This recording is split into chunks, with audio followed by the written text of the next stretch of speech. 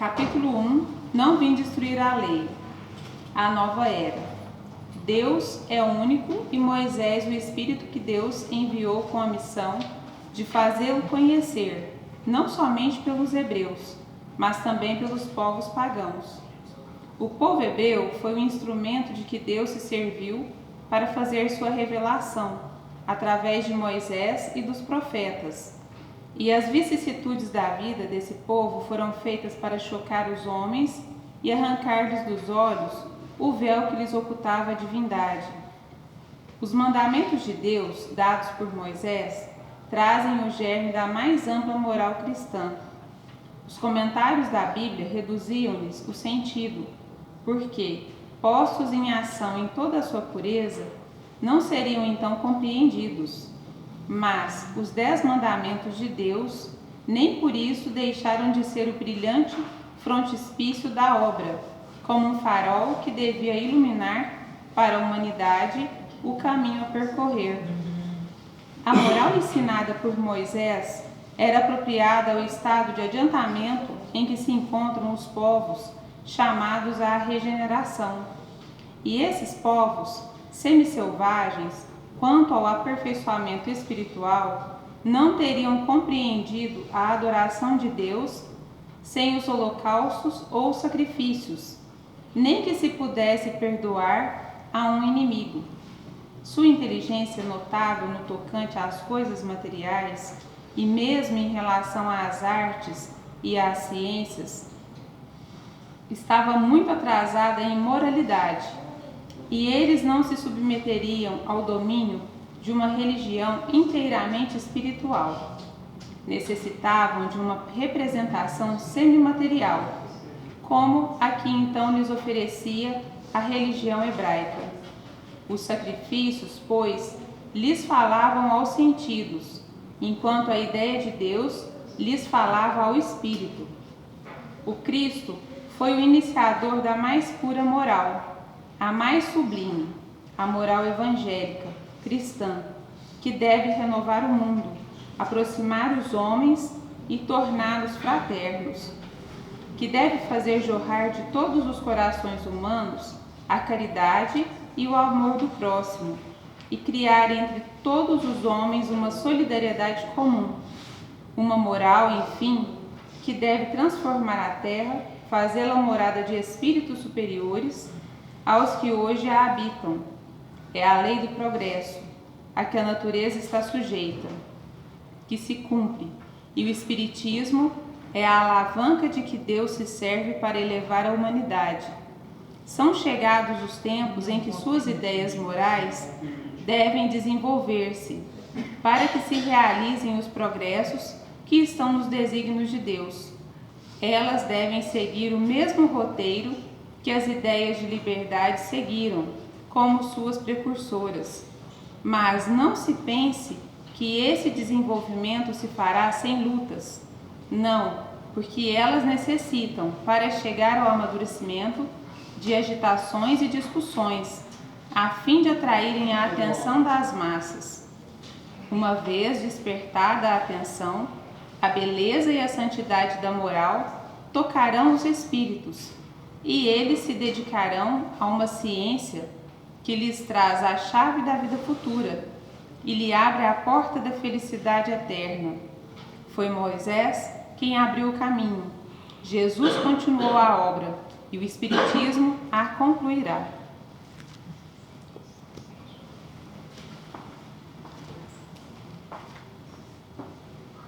Que as bênçãos de nosso honorável Mestre Senhor Jesus continuem a nos envolver quando temos a alegria de retornar ao Grupo Espírita Amor Cristão. E nessa noite nós escolhemos essa leitura que o Antônio César sempre pede, para a gente escolher a leitura que possa nos ajudar na compreensão do texto da noite, E aqui nessa nova era, ela fala dos 3 momentos da humanidade, De forma, a doutrina espírita tem isso, Ela tem a precisão, a concisão, e Emmanuel também faz isso, em um texto pequeno ele diz tudo, Então ele falou sobre Moisés, falou sobre Jesus, o Espiritismo, falou da nossa condição de espíritos ainda sem condições para compreender no passado, por isso é que Moisés tinha a lei de Talião, né? Mas ficou até a palavra usada, o frontispício dos ensinamentos de Moisés são os 10 mandamentos. Eles serviram e servirão sempre, né? Que amar a Deus, respeitar o próximo, respeitar os pais, não cobiçar as coisas alheias. Então, os 10 mandamentos reúnem a moral que nós precisamos desenvolver na vida, né? E o Evangelho coloca muito bem, porque nós, quando semi-selvagens, a gente não tinha condições de receber o alimento conforme trouxe Jesus, né? Nós tínhamos que estar um pouquinho mais preparados, um pouquinho mais evoluídos como humanidade para receber os ensinamentos de Jesus. E com a doutrina espírita também careceu de um tempo até bem maior, né? Para que a gente pudesse receber essas noções da espiritualidade maior. A vida continua, né? Nós sabemos que outros povos acreditam também na reencarnação, mas com algumas divergências do que ensinam os espíritos, né? Mas graças a Deus existe, pairando no ar do planeta, eu vivi algum dia em algum lugar, né? Eu renasci algum dia em algum lugar. Certa feita, uma pessoa da comunicação brasileira, né? Ele disse assim, ele não era espírita e não era cristão, mas eu tenho certeza que eu já vivi outras vidas. Quer dizer, está no ideário popular, né? Está no ideário de algumas pessoas que deram um avanço, que nós vivemos outras vidas, porque como é que nós explicaríamos tantas dificuldades para uns, facilidades para outro, né? Para outros, se a justiça de Deus ela é perfeita, né? É porque nós tínhamos aquela visão de vida única, né? Então, se nós errássemos muito, nós iríamos para o inferno eternamente. Se nós tivéssemos algumas nódoas, algumas manchas, nós iríamos por purgatório e sairíamos depois, né? E as almas bem-aventuradas, conforme o mundo entendia, ia para o céu. Ficava lá cantando, andando para lá e para cá. Olha a noção que a gente tinha, né? Vê se um espírito superior, denominado anjo, se ele vai ficar parado, né? Ele vem para nos ajudar na terra, não é? Revestido de benfeitor, revestido de espírito de luz, de santos, de acordo com a crença religiosa, né? Mas a doutrina espírita, ela nos esclarece profundamente sobre os ensinamentos de Jesus, né? Quando fala para nós, quando reprisa para nós o ensinamento que ele resumiu a lei e os profetas naqueles 2 mandamentos. Amar a Deus sobre todas as coisas, de toda a tua alma, de todo o entendimento, e amar ao próximo como a si mesmo. Se a gente cumprir esses 2 mandamentos, nós estamos cumprindo os 10 que Moisés trouxe para nós e outros que a doutrina espírita veio trazendo, não mandamento, mas ensinamentos do mundo espiritual, né? Qual o objetivo da reencarnação, por que nós estamos aqui, para onde é que vamos, né? Então foi alargando, né? Por isso é que uma forma didática, evoluída, nosso querido codificador Allan Kardec coloca o título A Nova Era, né? São períodos que ele vai mencionando, Moisés, Cristo e Espiritismo, mostrando para nós que estamos como coletividade entrando numa nova era. E nós espíritas, a gente sempre reprisa isso pela necessidade, precisamos de orar muito, principalmente por aqueles que cometem crimes, por aqueles que fazem as lágrimas, por aqueles que promovem guerras, por todos estes que nós achamos que têm as piores qualidades, são os que mais necessitam de preces. Porque aqueles que já praticam alguma coisa no caminho do bem, eles já estão, vamos dizer, eles erram como nós erramos, caem como nós caímos, não é? Mas nós estamos, de certa forma, caminhando, o que é muito bom, não é? Mas Emmanuel traz para nós, o título deste ensinamento é o amigo oculto, né? Então a gente vai fazer um suspense. Quem é esse amigo oculto para nós, né? Do caminho, verdade e vida. Então ele faz uma citação de Lucas, abrindo parênteses, eu quero pedir desculpa, porque o slide com azul no fundo, ele está apagado, as letras ficaram piores, então vocês me perdoem, da próxima vez eu vou ficar atenta a esse detalhe. O amarelo ficou um pouquinho melhor, mas no azul não ficou não. Então ele coloca essa citação de Lucas, mas os olhos deles estavam como que fechados, para que o não conhecessem, porque é um amigo oculto, que ao desenrolar do texto nós vamos saber quem é, né? Então não vamos adiantar não, só vamos lembrar que Jesus já falou para nós, né? Vocês vão ouvir e não vão escutar, vamos falar assim, vocês vão ver e não vão enxergar, é mais ou menos isso aqui, mas vamos ver a quem se refere nosso querido Emmanuel. Então ele começa o texto assim: os discípulos a caminho de Emaús comentavam amargurados os acontecimentos terríveis do Calvário, permaneciam sob a tormenta da angústia.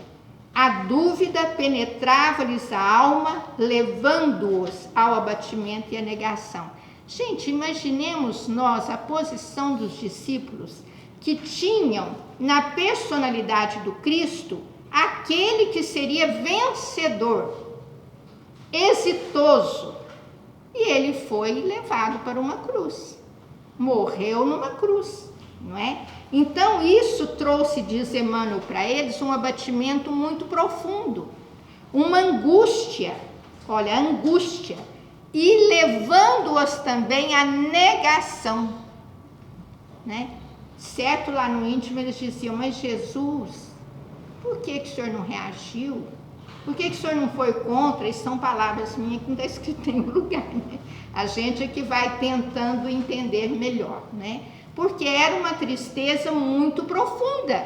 Eles eram discípulos do Mestre, eles assistiram curas, pregações, o povo aí idolatrando, não de idolatria, mas apreciando na justa medida o Cristo. Mas esse mesmo povo, na hora de escolher Cristo ou Barrabás, escolheu Barrabás. E esse povo, a gente brinca sempre lá no centro, onde a gente frequenta com mais assiduidade, somos nós mesmos, né, que estivemos por lá, lamentavelmente, talvez escolhendo Barrabás. Aí eu tenho uma amiga, Antônio César, que fala assim, eu não estava lá não.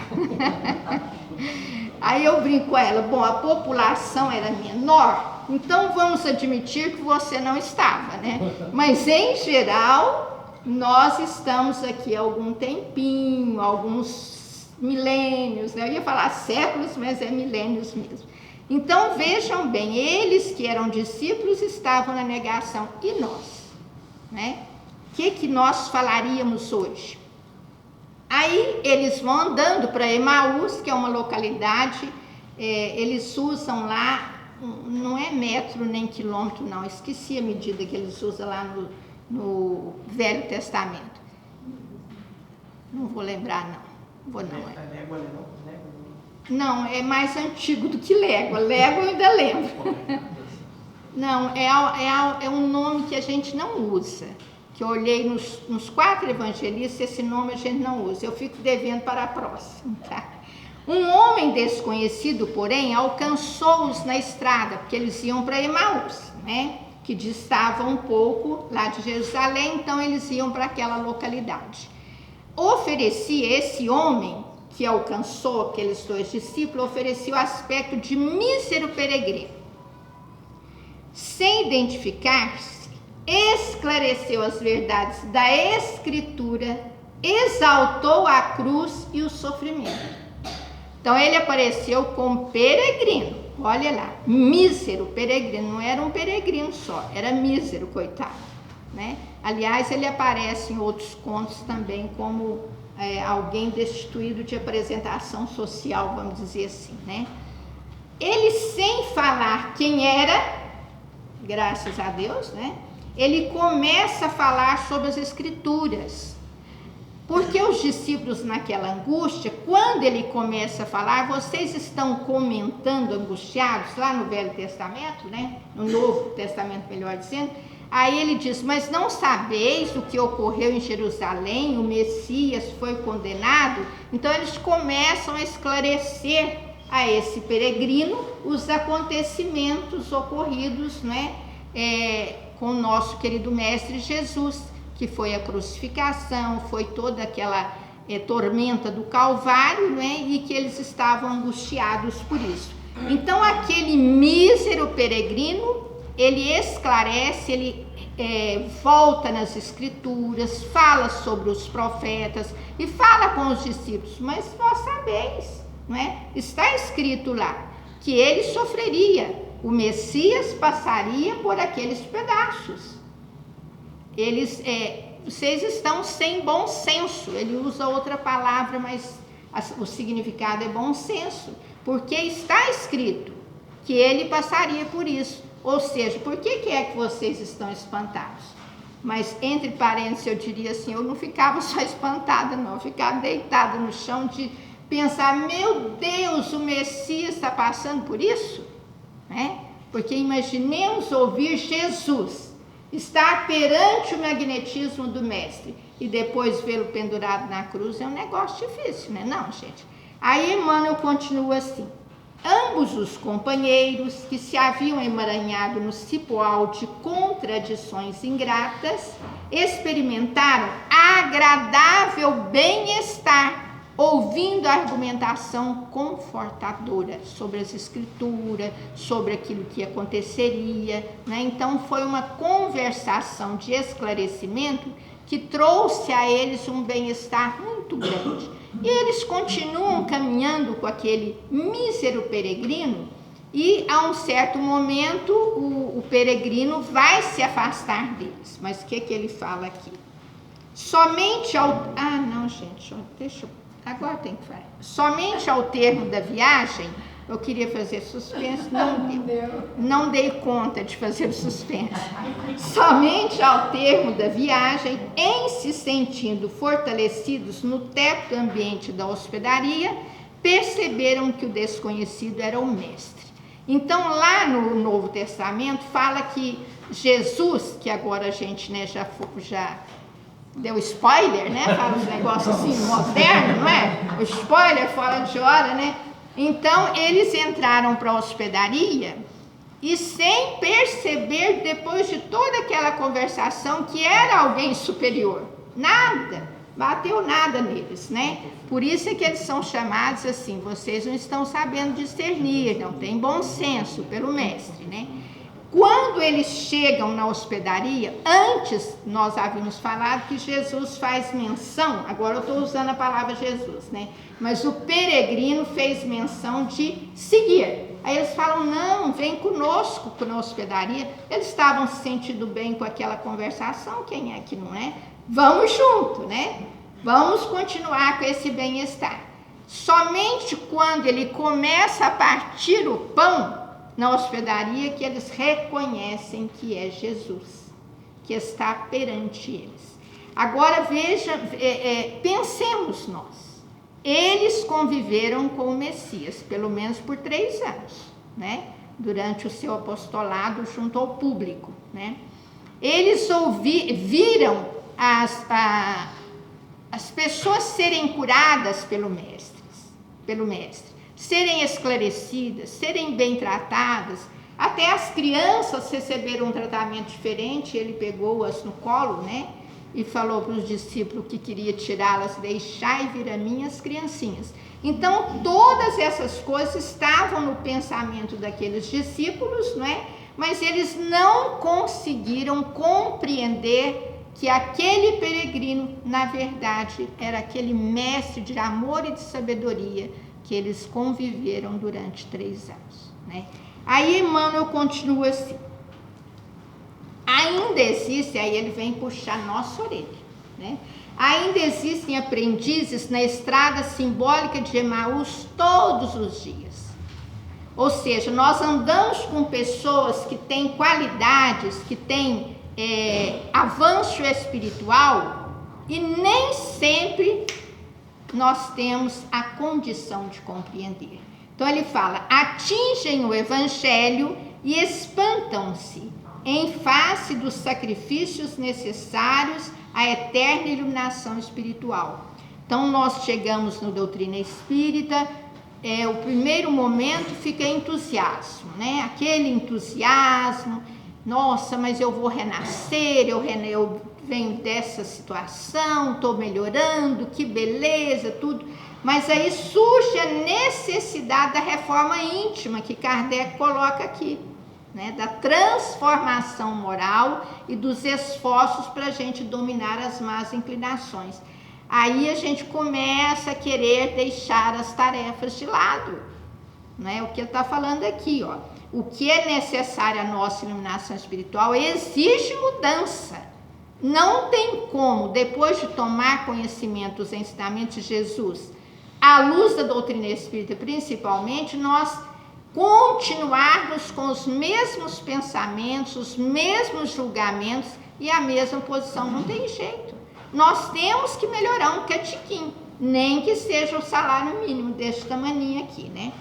Aí ele diz assim, Emmanuel: não entendem o ambiente divino da cruz, que fala em sofrimento, em dificuldade, né? E procuram paisagens mentais distantes.